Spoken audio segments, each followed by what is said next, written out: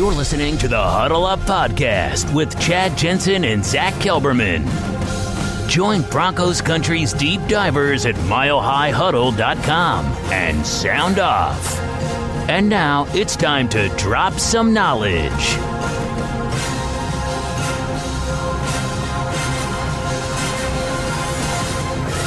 Welcome in, everybody, to the Huddle Up Podcast, presented, as always, by Mile High Huddle and 24/7 Sports, powered by Overtime Media. I'm your host, Chad Jensen. With me, as always, is my partner in crime. You know him, you love him, as your Denver Broncos reporter for 24/7 Sports. He is Zack Kelberman. Zack, did you have a good weekend? I hope you were able to kind of cut loose a little bit and relax. I did. You know, we're entering that portion now where the Broncos players are on their summer break. They have 6 weeks off until training camp. And, you know, for us writers, it's been a whirlwind. Every single week since the season ended, there's been something, from the coaching search to the coaching hires to the combine, free agency, the draft, minicamp. It doesn't end for us ever all year round, but it's always nice to get those little pockets of relaxation. So I'm definitely going to take advantage of that. I hope you are too. Oh, yeah. Oh, yeah. This month is going to be probably the most chill month that I'm going to have, and then things are going to start cranking again in July. So, but that doesn't mean we're going to, pump the brakes in terms of content on the podcast. We'll still continue to be coming to you daily as best we can throughout the month of June. We should have plenty to talk about. A lot of deep dive type of analysis is what you're going to see on the website. And then Zach and I, we're always going to try and find those type of topics to riff off of. And that's what we're going to do today, in fact, which we'll get to that here in just a minute. But before we dive into today's topic of the podcast, quick reminder, make sure you're following the show on Twitter at HuddleUpPod. It's the best way to keep your finger on the pulse of what's happening with the show in real time. YouTube listeners, you're doing great. You're all awesome. Don't forget to like and comment on each video. And if you're listening on iTunes, we'd appreciate it. You give us that 5-star rating and a creative review. Let us know your thoughts on the show. All right, Zach. So let's for today, I wanted to touch on this excellent piece that Erick Trickel published over the weekend from Broncos minicamp, 10 standouts and 5 underperformers. Now, just to kind of set the stage with regard to this article for Erick, this wasn't just, him going off of what he's seeing on Twitter or, what Broncos media people are saying. Some of that's in this, but most of this is what he's being told from people close to the team, within the team, his sources at Dove Valley. So it's kind of interesting to view this that way. 10 guys that he wanted to feature as standouts, and then 5 who, frankly, are maybe just not quite hitting the par. And I want to start with, Zach, let's just go through each one of these. We'll riff off it, kind of talk about the implications. Now, one thing before we dive in, I think, Zach, it's worth mentioning that none of this should be taken as gospel because it's June, right? Yeah, it's all subjective right now. It's everyone's opinion. And like you said, he's taken into consideration many different sources, and not a single regular season snap has been played yet. So again, I guess I'm the one to keep everyone in check. But yeah, it's still June, and we can look at it with orange tinted glasses, but we have to keep that in perspective. I mean, how often did we hear, whether it was Vic Fangio, Ed Donatel, Rich Scangarello, say X person is looking good, but we'll see how they look when the pads are on, right? When it's full context. So that's a context with which to kind of analyze this and keep that in mind as we dive in. But no surprise, the first guy, Zach, he's got listed here is Bradley Chubb. And basically what Erick says here, and I'll just paraphrase some of what he had to say, is that big things are on the horizon for Bradley Chubb. He's basically showing drastic improvements to his game so far this season. And last year, Zach, of course, he kind of got out to, he had a phenomenal, if you look at the total body of work as a rookie in 2018, Bradley Chubb was great. But if you look at it on a quarter-by-quarter basis, that first quarter of the season last year, he kind of was quiet. But those middle 2 quarters, quarter 2 and quarter 3, he was unbelievable. And then he slowed down again down the stretch. And basically what Erick is saying here is, from the way he's reacting to Vic Fangio's coaching, the new Brandon Staley, the outside linebackers coach, and then just the natural development of a guy going from year 1 to year 2 in the NFL, he could be in store, Bradley Chubb, for a massive year 2. According to a source, which is my gut, I think Chubb, and this is kind of a hot take, I think he's going to have as many or more sacks than Von Miller this year. there's just something I think that Chubb is going to break out in a big way, and he's going to take over as the newer generation face of the defense, I guess you can put it. He's going to kind of assume the torch from Von Miller. Everything that Vic Fangio has said, I mean, it's hard to get a compliment from Fangio, and he's just openly and unprompted gushed about Bradley Chubb, and he thinks big things are in store for him. And based on the way he's going to use him and move him around the formation, inside, outside, on Von Miller's side, I just happen to agree with Eric here. I think he's in for a floor, 15-sack season. I think it's going to be an all-pro, Pro Bowl caliber season for Bradley Chubb. And you had the article last week, Zach, on what Vic Fangio had to say about Bradley Chubb, that he is tailor-made for his defense. So it's really going to be interesting because, like you said, at some point, Elvis Dumervil had to pass the torch to Von Miller. And similarly, eventually that day is going to come where Von Miller has to pass the torch to Bradley Chubb. Now, I'm not saying in a sense that here's the torch, I'm out of here, you carry on. These Chubb and Von Miller probably have, I think if I'm not mistaken, he's locked under contract through another 2 years, Von Miller. So I think they're going to have a couple more years together, but this is one of those pivot points, I think, where you could see Bradley Chubb start to at least show signs of being able to outshine Von. I saw it last year. I mean, obviously no disrespect to Von Miller, who's a future Hall of Famer and one of the best pass rushers I've ever seen in any game, any team, any business. I just happen to think, based on his talent, Bradley Chubb and the coaching, I mean, what he did last year, and I hate to harp on coaching again, but they dropped him in coverage way too much. They were misusing him. I just think with better coaching on top of making that leap from year 1 to year 2, a full offseason in the Broncos training program, a full offseason in the NFL system and Vic Fangio's system, I happen to think, I agree with Eric again. He's just in for a massive year. If he stays healthy and the stars align, I think Bradley Chubb is a Pro Bowler shoo-in. Now, here's one that might have been a little bit of a surprise for some people, but Eric's got Zach Kerr, the big defensive lineman, listed as one of the standouts from the off-season training program and minicamp. To quote Eric, he said, "Word is, Kerr has been hard to block as he clogs running lanes and gets push up the middle during team drills." Now, Eric also allows that you got to consider the Kerr buzz a little bit with a grain of salt because off-season, no pads, no full contact favors the defensive line over the offensive line. Plus, at this stage in any offseason program, the defense is always ahead of the offense, and especially for the Broncos with Vic Fangio being a defensive coach. But this is why they brought Zach Kerr back. I wasn't ever a huge fan of the re-signing. I was happy with Domata Peko, but if he can be that run stopper on early downs for them, and he's just another key cog in the middle of that front seven, so it's good to see that among the many options there because they're going to have some decisions to make on the defensive line. It's good to see that he's panning out again in a new system. You know what's crazy is when the Broncos first signed Zach Kerr, coming off that great final year in Indy, I had some really high hopes for him to be able to come in and kind of be a utility knife, so to speak, on that defensive line. And I think that the previous coaching regime didn't quite get out of him and utilize Zach Kerr the way but the way his potential, deserved. And I think that's something that Vic Fangio identified, that there was some untapped potential there, which is one of the reasons that he was re-signed. So I think Zach Kerr is another one of these low-key guys that I could see coming in under Fangio and having a much bigger impact than people expect, leaving fans and media to go, well, where's this version of Zach Kerr been all along coaching, Yeah, you need those blue collar lunch pail types on every team, and he fits that bill. And what I like what Fangio has done at nose tackle to replace Peko is he's used kind of a platoon, like Shelby Harris on passing down, Zach Kerr on running downs. You mix Dre'Mont Jones in there. He's going to get creative, and that's again something that Fangio brings to the table that not a lot of coaches do. So I agree with you. The better coaching is going to influence every player, and if Zach Kerr can be that cog in the middle to just stop the run, then he has a useful part on this team. All right, next guy here that Eric's got listed is second-round pick from last season, Courtland Sutton.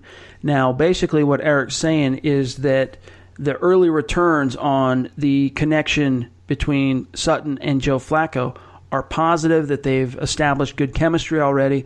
They're connecting on some big plays. They've done so multiple times, and that he really is, Sutton, looking like he's taking that next step more and more like a true number one receiver, according to Eric.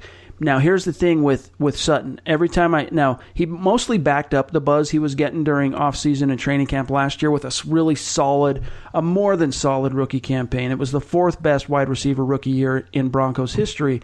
But at the same time, even though there's a precedent for him following through on his offseason buzz with good regular season performance, when I see a wide receiver wearing the number 1-4 producing during the offseason and training camp, I pump the brakes on getting out over my skis just because of all that year after year from Cody Latimer looking like the truth during the offseason and only to just disappear when it came regular season time.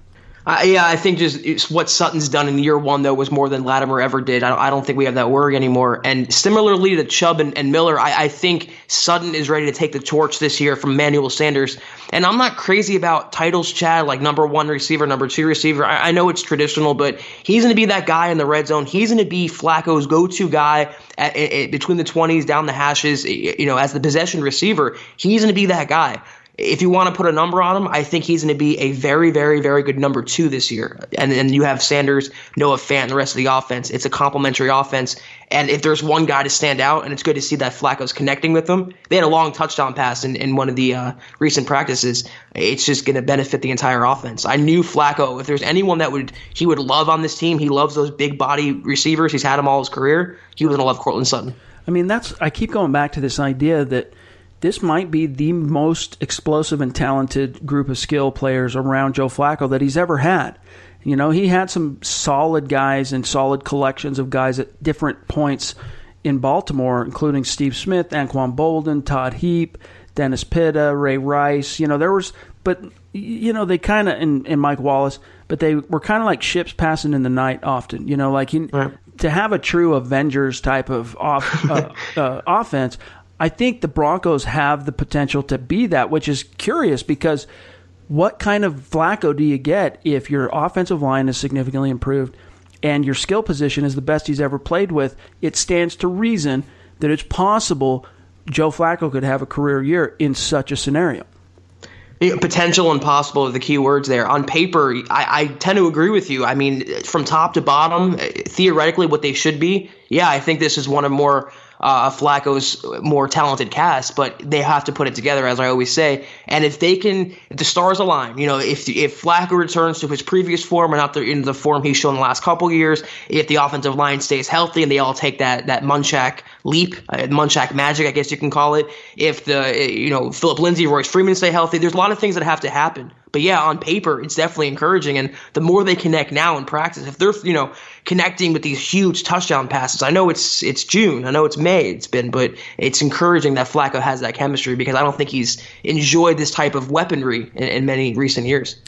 Last thing on this topic is just think about, if all the stars align the way that this offense has the potential to align, you've got Joe Flacco in the red zone, and you're a play caller named Rich Scangarello. You've got options to get the ball to Phillip Lindsey or Royce Freeman. You've got options to get the ball to big-bodied playmakers like Noah Fant in the middle of the field, Courtland Sutton, Emmanuel Sanders, running routes underneath and creating. The options are going to be just manyfold, and it's going to be interesting to see how it shakes out. Now, let's turn the page, though, to the next guy on Erick's list who has stood out, and that is Devontae Bosby, the former AAF star and the leading interceptor of passes from that very short-lived league. Now, here's the thing that, we've heard Vic Fangio get after Bosby with regard to his conditioning and playing 2 seasons back-to-back, but I think there's actually some fire where the smoke is coming from, because if the Broncos didn't respect, let's just say, Bosby's game, while Chris Harris was holding out, he wouldn't have been running with the ones. I think there's something to the fact that Bosby has been impressing the coaching staff and that they might have found a gem here. And we can thank the AAF for that, but I'm really curious to see how Bosby holds up when training camp comes along in the preseason. Based on what Erick's hearing, he's just doing a great job of sticking on receivers' hips and being really tough to shake. Hey, I'm with you on Bosby's upside and his potential, but I wonder if his usage was more out of necessity when you had Yadam coming off surgery, Callahan and Kareem Jackson playing safety. Who else is really left with Chris Harris Jr. holding out?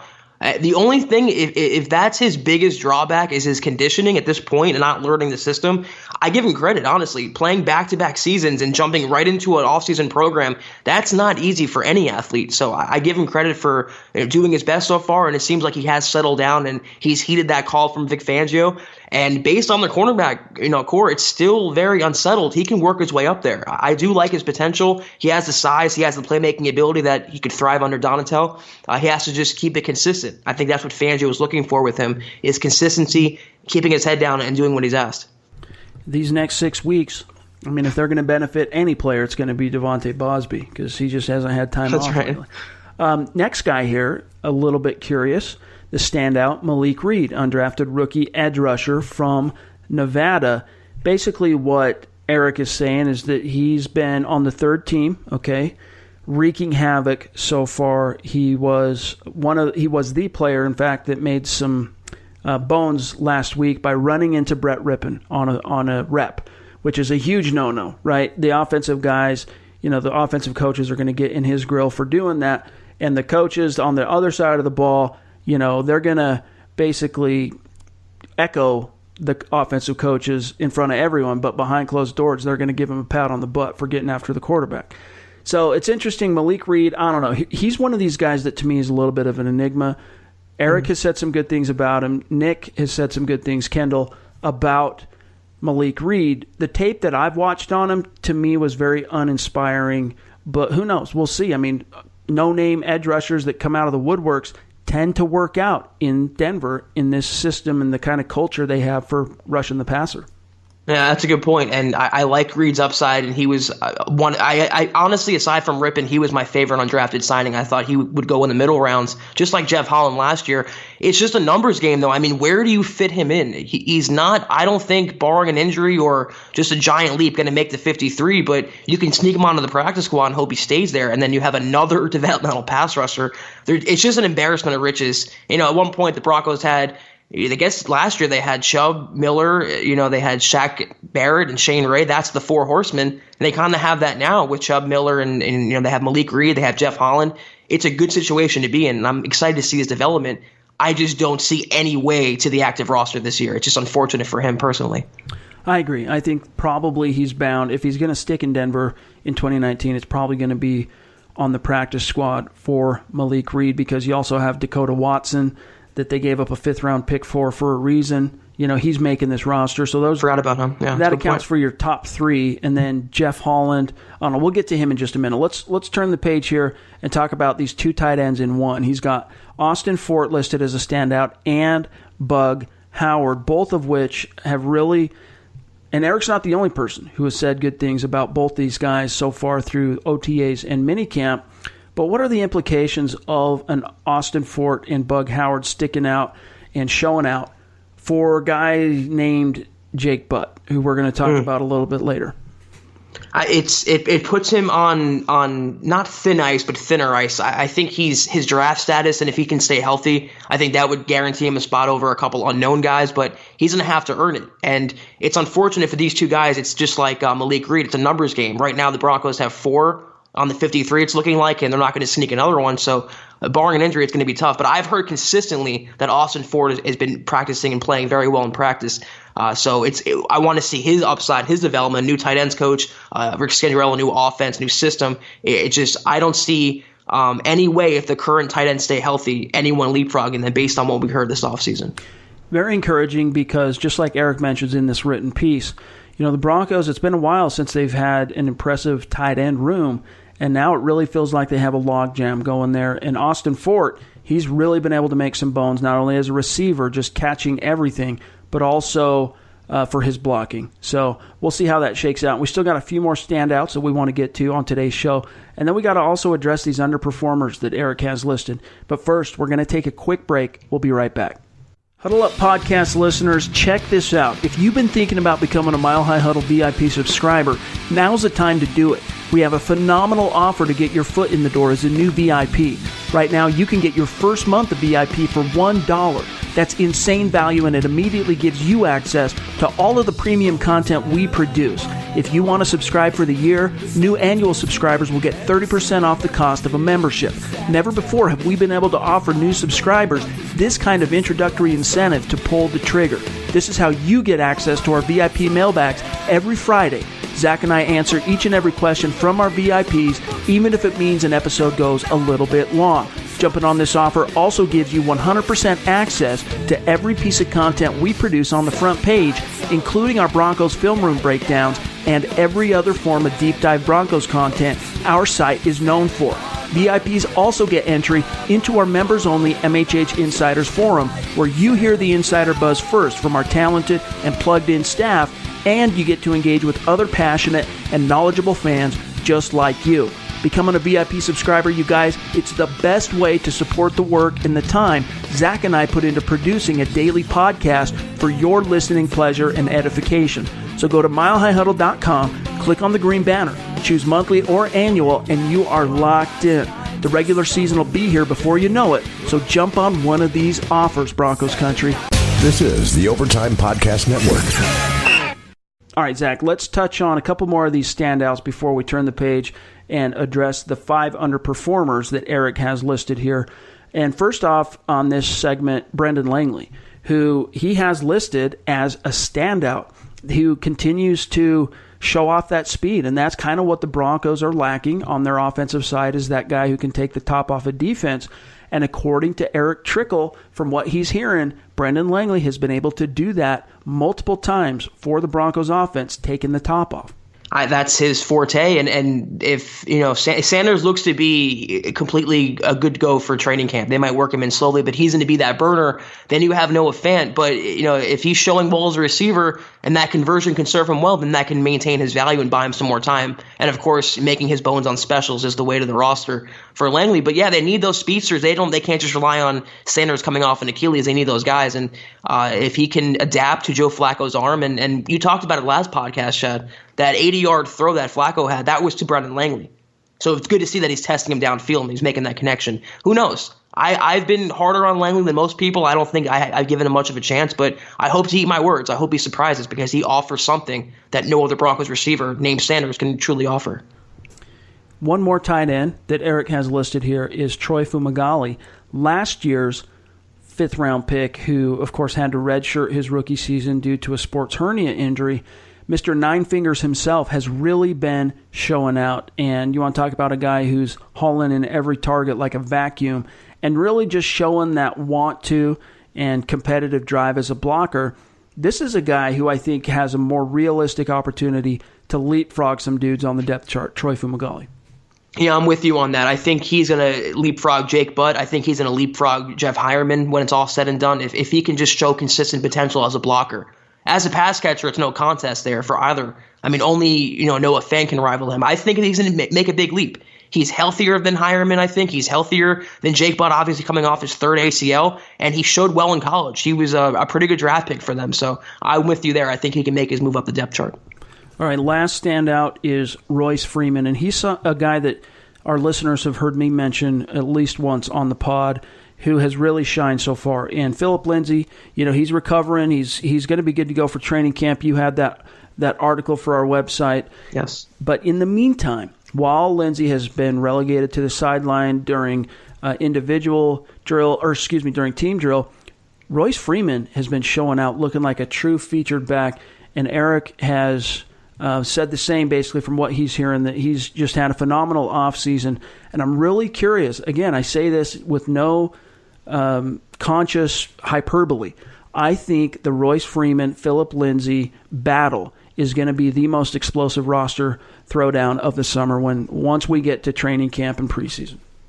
Yeah, I could definitely see that. And a lot of Broncos fans wrote Freeman off after his injury and after Lindsey kind of overtook the position. But it just goes to show how nagging those high ankle sprains can be. And that was the source of Freeman's ineffectiveness. Now that he's healthy, he's showing that he can be an upgraded version of C.J. Anderson. He's never going to be the game breaker that Phillip Lindsey is, but he definitely has value in this offense, and they're going to use him more on early downs this year than people think and they let on, and that he was used last year. They're going to kind of conserve Phillip Lindsey and give Royce Freeman more work. So it's nice to see that he's adapting in the system. He's taken, I think, a little bit of a leadership role in the running back room along with Devontae Booker. So it's all signs are positive for him. And I'm with you. That battle is not completely cinched. It's not Lindsey's job completely. He's going to have to earn it, and Freeman's going to push him.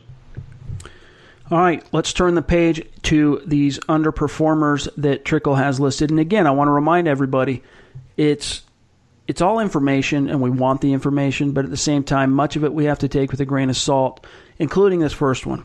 He addresses the fact that Drew Locke has not really impressed anybody yet. Okay, Drew Locke, I'm going to quote him here. He says, Drew Locke is dealing with the rookie learning curve, which has caused some issues with interceptions and missing open guys. This was to be expected, Trickel says, and not something to really worry about. Still, he has struggled at times, and when a lot of other younger players are looking good, it leaves slim pickings for those lagging behind. Despite the issues, Locke has developed chemistry with Austin Fort, who we mentioned, and has connected on some big plays. The issue with Locke has been consistency, and it is showing. He has improved on the footwork, but still has a ways to go, Zach. You know how, you don't want to necessarily peak in high school? Well, no one wants their quarterback peaking in their first minicamp. I'd rather him get these mistakes out now and work on it now with no pressure to start, no pressure at all, really, and then come back next year with all these kinks worked out and a better quarterback. I have no problem with the mistakes now. And even, Scangarello and Fangio talked about it. The first mistake is okay, but I want to see him not commit that mistake going forward, and rather that happen now and then later. So I'm not surprised he was listed here. I want to see how he responds in training camp, but it's all part of the process for Drew Locke. And it's encouraging that his footwork is improving and his dropbacks from under center. So it's just, a piece to the puzzle that Locke is working on. And I remain confident that come training camp, when the intensity ratchets up and the hitting starts and you get to the preseason, you're really going to see Drew Locke begin to shine and separate from the other backup quarterbacks on this roster. Now, let's look at this next guy he's got as an underperformer, Keyshawn Bierria. Now, we have heard Vic Fangio reference Bierria with a familiar nickname. He calls him KB, which is a plus when you're looking at his roster prospects. If he's got the coach referring to him by his nickname in the media, I think that's a positive if you're trying to read the signs. Your name's Keyshawn Bierria. But at the same time, Trickel has him listed saying basically that the best play so far from Bierria was one that ended up not being so good, where he had an interception just go right through his hands. This is a guy who is being outshined by undrafted rookie named Joe Dineen. And this is one of those positions, Zach, where the Broncos have a logjam of unproven, hungry linebackers behind Josie Jewell and Todd Davis. So the pressure is going to be on Bierria. I'm really curious to see whether or not he can shine, but he does represent a 2018 sixth-round investment by the Broncos.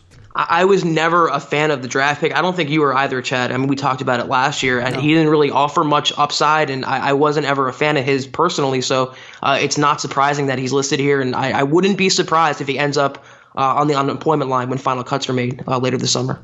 All right, another underperformer Trickel has listed is Jeff Holland. I'm going to quote Eric. He says, Malik Reid is standing out. Aaron Wallace has made some plays, while Dakota Watson and Jeff Holland have had their ups and downs. The others have been doing this, while Holland hasn't really done anything himself to stand out. He means in terms of making plays. He has had a couple of good rushes and a couple of good plays against the run, but between the edge rushers, he's the one bringing up the rear. So one thing that Holland has over a guy like Malik Reid is the fact that he's played some NFL snaps. And when he did last year against the Cleveland Browns, for example, I think it was week 15, he made an impact. He had a hit or two on Baker Mayfield. He showed that there's some proof in the pudding, but he's got to be able to do it again. I mean, it was such a small sample size that you can't even call it laurels to rest on. He's got to go out there and crush, because basically beyond the top three, it's literally the epitome of an open competition, Zach.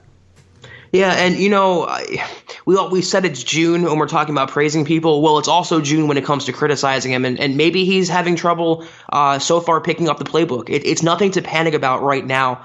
I'm a big fan of Jeff Holland. I think he can be good in this defense. And I think by training camp in the preseason, hopefully he'll learn the playbook more if that's what he's struggling with and make some more plays for them. But he isn't to be pushed. They have Dakota Watson. They have Malik Reid, who we talked about. And like you just said, it's not a lock that he's going to be that third pass rusher behind Miller and Chubb.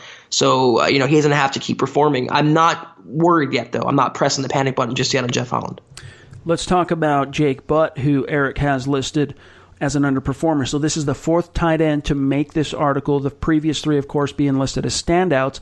Underperformer Jake Butt. However, Eric himself says it's not exactly fair to list Jake here as an underperformer, but he does nevertheless, just because by default, because he's been on sideline recovering from that ACL, he's seeing other tight ends rise to the occasion. So here's the thing to keep in mind with regard to Jake Butt. He hasn't really been, the training wheels haven't come off yet. He hasn't really been able to show his new coaches exactly what he can do.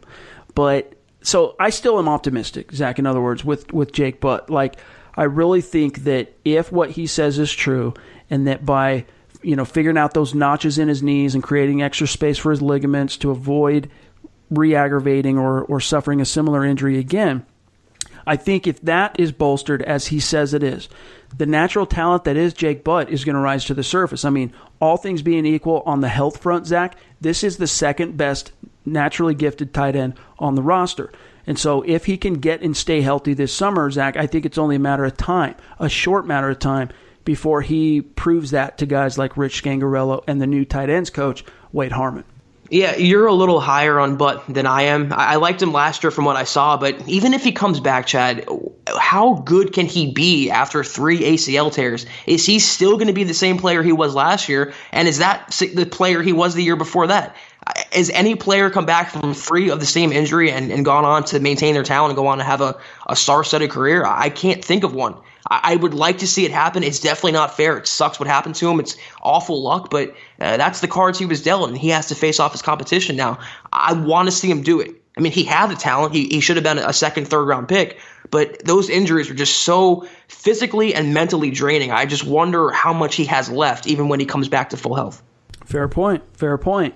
Let's just hope those training wheels come off. Similarly, like with Phillip Lindsey being unleashed at the top of training camp, I'm hoping that for Jake Butt, it's the same thing. He can get in there and level on a level playing field and show what he's got. So we'll see how it shakes out. But here's the last guy that Eric has listed as an underperformer, Kevin Hogan. And I'm going to quote him here. He says, Trickel, Kevin Hogan has a tough battle ahead of him. He's trying to fight off second-round pick Drew Locke and the undrafted but highly paid rookie Brett Rippon. While Locke and Rippon both have struggled, Hogan has looked just as bad. There have been multiple dropped interceptions that Hogan has thrown by failing to read the defense. While he has thrown a couple of TDs, they have been more because of the play of a receiver than of Hogan. If the Broncos only keep 2 quarterbacks, there is little doubt at this point that Hogan will be the odd man out. Even if Denver keeps 3, Hogan has to step it up. Rippon has made mistakes, but they have been fewer in number than Hogan. For the quarterbacks, a lot will depend on what happens when they get into the preseason. And that's really what it boils down to for a guy like Kevin Hogan. I mean, Drew Locke's guaranteed to make the roster, even if he face plants, right, in the preseason. He's making this roster. But for Kevin Hogan and Brett Rippon, everything is going to be determined by how they perform under the lights during preseason. I kind of feel bad for Kevin Hogan. I mean, he's in an unwinnable position. He doesn't have the talent of Drew Locke. He doesn't have the security of Joe Flacco, and he doesn't have the long-term, I guess, backup upside of Brett Rippon. The difference between him and Rippon and Locke is Locke and Rippon are going to be excused if they make an interception, but every throw that Hogan makes is going to be amplified and magnified, and every bad pass or interception or turnover, it's going to give the Broncos more reason to cut him and go with their younger players. It's a very uphill battle that I don't see him winning. I agree. But, to look at it optimistically for Kevin Hogan, this is we've heard Rich Scangarello talk about how much he covets body of work, and Hogan had that in college. So there is a wealth of experience, but as you hit on there, Zach, it's talent. Talent always rises to the surface once a playing field gets leveled by system, coaching staff, all that stuff. So I think Kevin Hogan, his best bet is probably with another team. There's just too much young talent now. And I don't blame the Broncos for trying to for re-signing him when they did, because they had no way of knowing that they were going to get both Drew Locke and Brett Rippon in the draft and after the draft. He was a great insurance policy at the time, and I did not mind it, but it's just he's going to lose out based on his talent alone, or his lack of, compared to the others. And it might benefit him. Look at last year. He was released in final cuts by the Redskins and landed on the Broncos roster as the backup. And that could happen for him this year. He just needs to change his scenery because he's not going to get an opportunity on a fair, playing field in Denver. But yeah, it's a great article. I encourage all of our listeners to go give that a read on the website. It's done really, really well. A lot of fans are digging this article. Bleacher Report ran it, so it's kind of gone viral for us. But go give it a read. Great job by Erick Trickel. But in the meantime, you guys, that's going to do it for today's episode of the Huddle Up Podcast. Zach and I will be back with another fresh episode tomorrow, so stay tuned for that. In the meantime, make sure you are following the show on Twitter at HuddleUpPod. You can find Zach on Twitter at Kelberman247, myself at Chad and Jensen. YouTube listeners, before you X out, don't forget to leave us a comment too. That tells YouTube that it's a quality piece of content, and they'll take that piece of content and put it in front of other like-minded Broncos fans on YouTube. And if you're on iTunes, don't forget to leave your creative review and give us that 5-star rating. For Zack Kelberman, I'm Chad Jensen. We'll talk to you guys tomorrow. You've been listening to the Huddle Up Podcast. Join Broncos Country's deep divers at milehighhuddle.com to keep the conversation going.